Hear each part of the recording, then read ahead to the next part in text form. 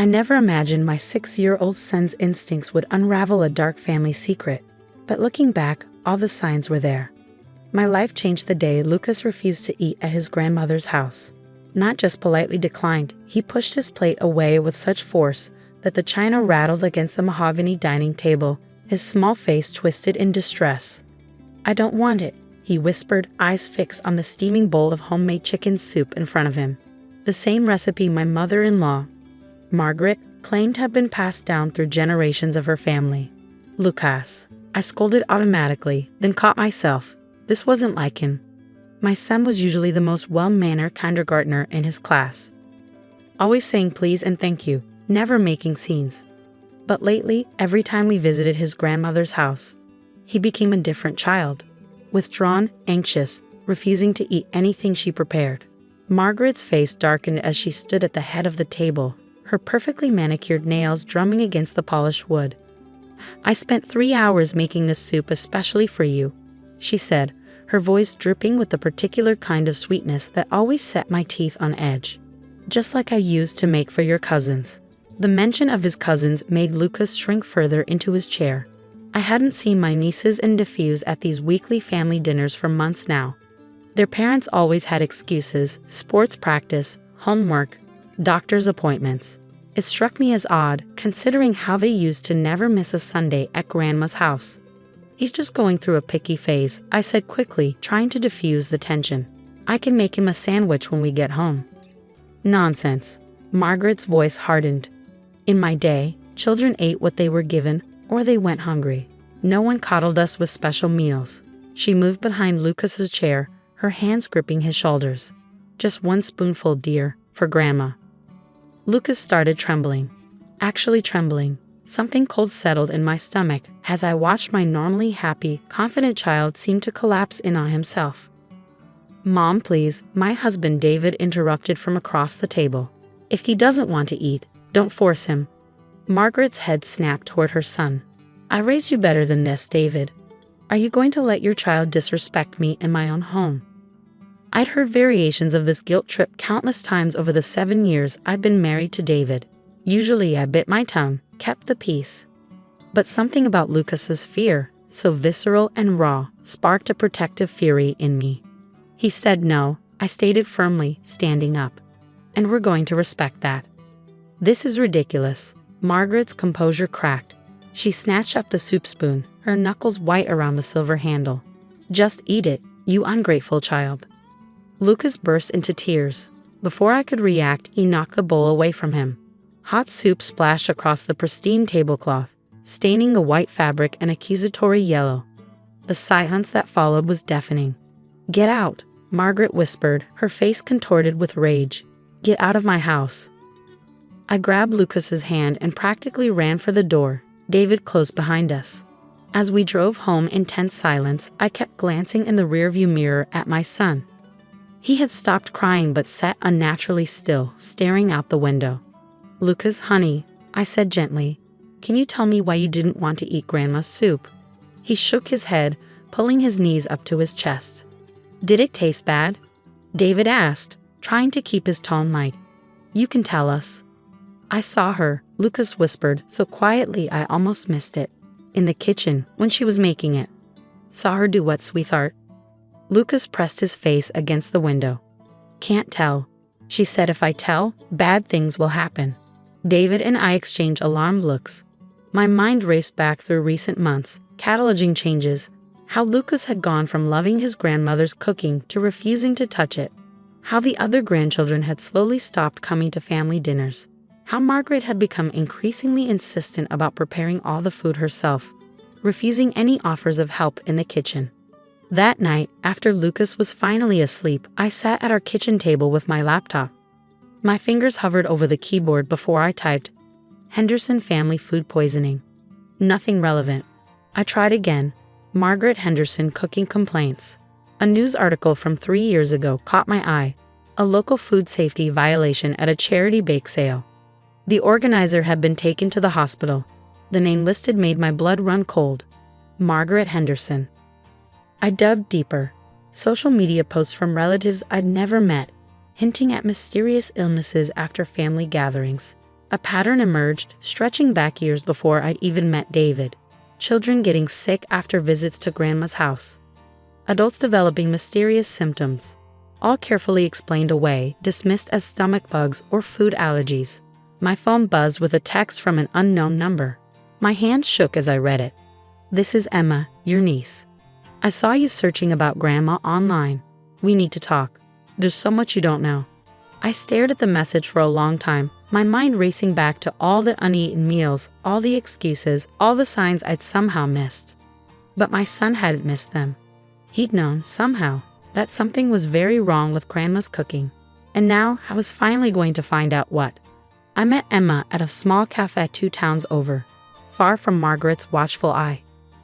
My niece was 17 now, but the way she hunched over her untouched coffee reminded me of how Lucas had curled into himself at his grandmother's table. "I should have said something sooner," Emma began, her voice barely above a whisper. "But Grandma, she has ways of making sure people stay quiet." "What happened, Emma?" I asked, leaning forward. "Why did you and your siblings stop visiting?" Emma's hands trembled as she pulled out her phone. "Look at these," she said, sliding it across the table. "I've been documenting everything for the past year." I scrolled through dozens of photos. Kitchen cabinets filled with unmarked bottles, strange powders hidden behind innocent-looking spice jars, handwritten recipes with ingredients I couldn't pronounce. But what made my stomach turn were the medical records, screenshots of hospital visits, test results showing elevated levels of substances I'd never heard of. "It started small," Emma explained, watching my face carefully. "We get sick after Sunday dinners. Nothing major at first, stomach aches, headaches, mild fevers. Grandma always had an explanation. Food allergies, sensitive stomachs, kids being dramatic." She took a shaky breath. "Then my brother Jake got really sick. 3 days in the hospital. The doctors couldn't figure out what was wrong. That's when I started paying attention, really paying attention, to what Grandma was doing in the kitchen." "What was she doing?" I whispered, though part of me didn't want to know. "Experimenting," Emma said bitterly. "She has this obsession with natural remedies and supplements, but not the normal kind. She orders stuff from these sketchy websites, mixes them into food, says she's building our immunity or cleansing our systems." My mind flashed to Lucas's words. I saw her in the kitchen. "The worst part?" Emma continued, "She keeps detailed records, like she's conducting some kind of twisted science experiment on her own family. I found her journals hidden in the basement." I felt sick. "Have you told your parents?" Emma's laugh was hollow. "Mom doesn't want to believe it. Dad, your husband's brother, he tried to confront Grandma once after Jake got sick. The next day, he got a call from his boss. Someone had sent anonymous emails about misconduct at work. False accusations, but enough to scare him." "Blackmail," I breathed. Emma nodded. "Grandma knows things about everyone in the family, keeps files, uses them to make sure nobody talks." My phone buzzed. A text from David.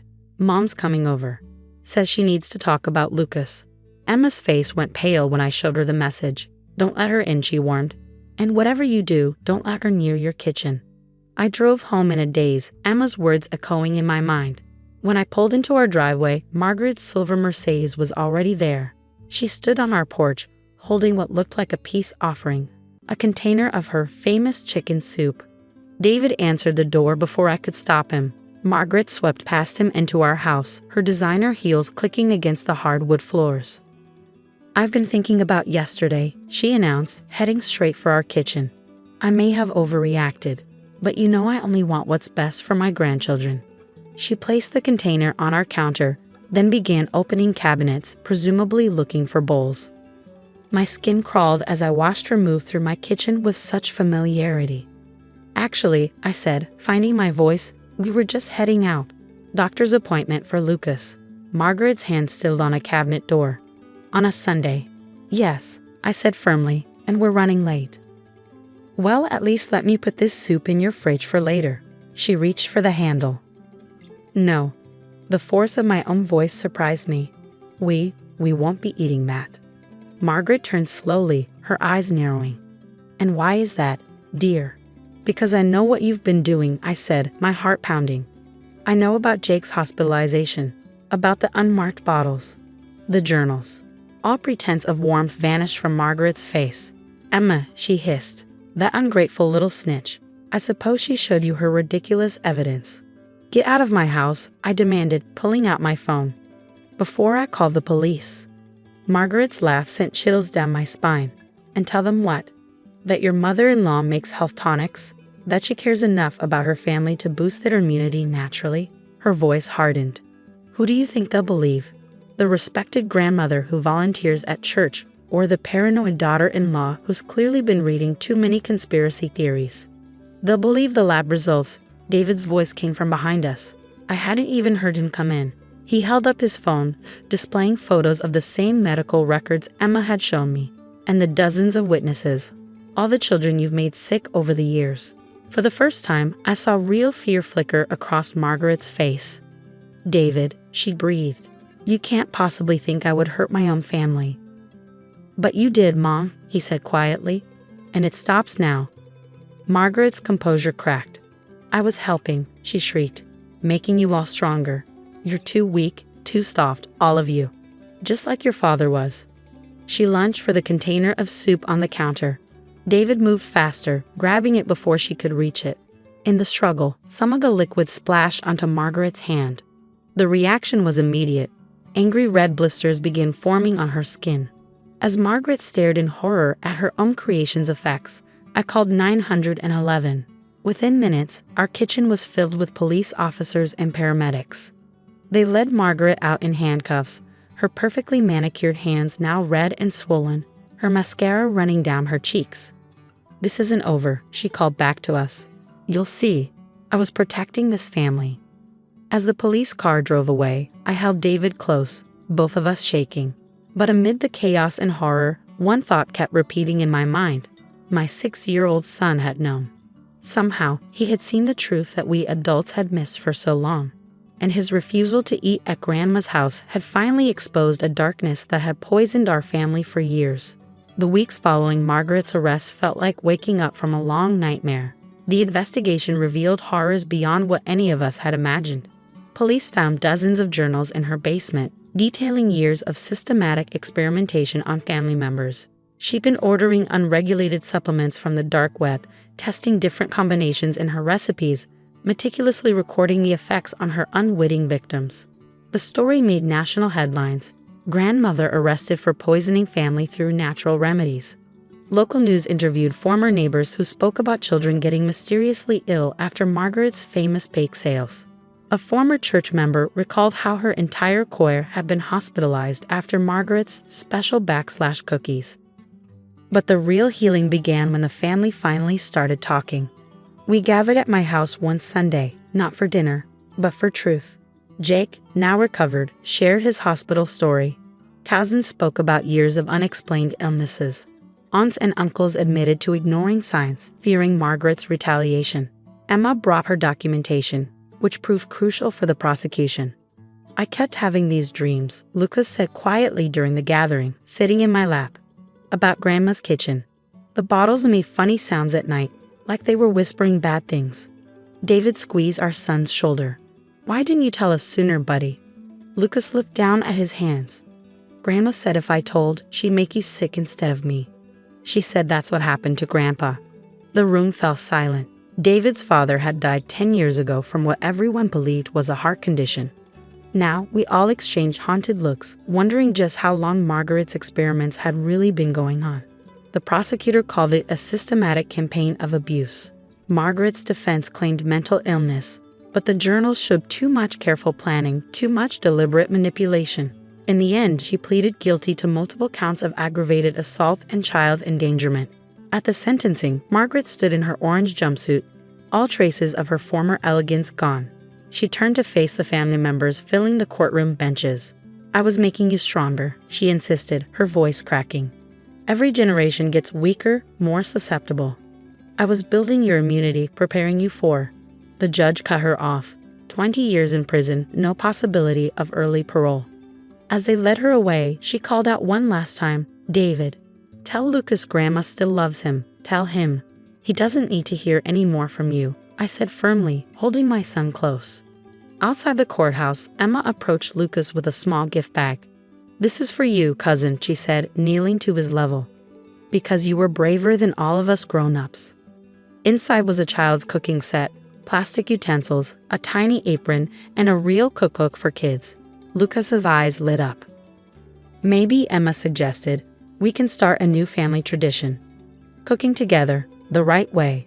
No secrets, no hidden ingredients. Just love and real food." That weekend, our kitchen filled with laughter as Lucas donned his new apron, helping Emma make chocolate chip cookies. Other family members dropped by, each bringing a dish to share. David's brother brought his famous grilled vegetables.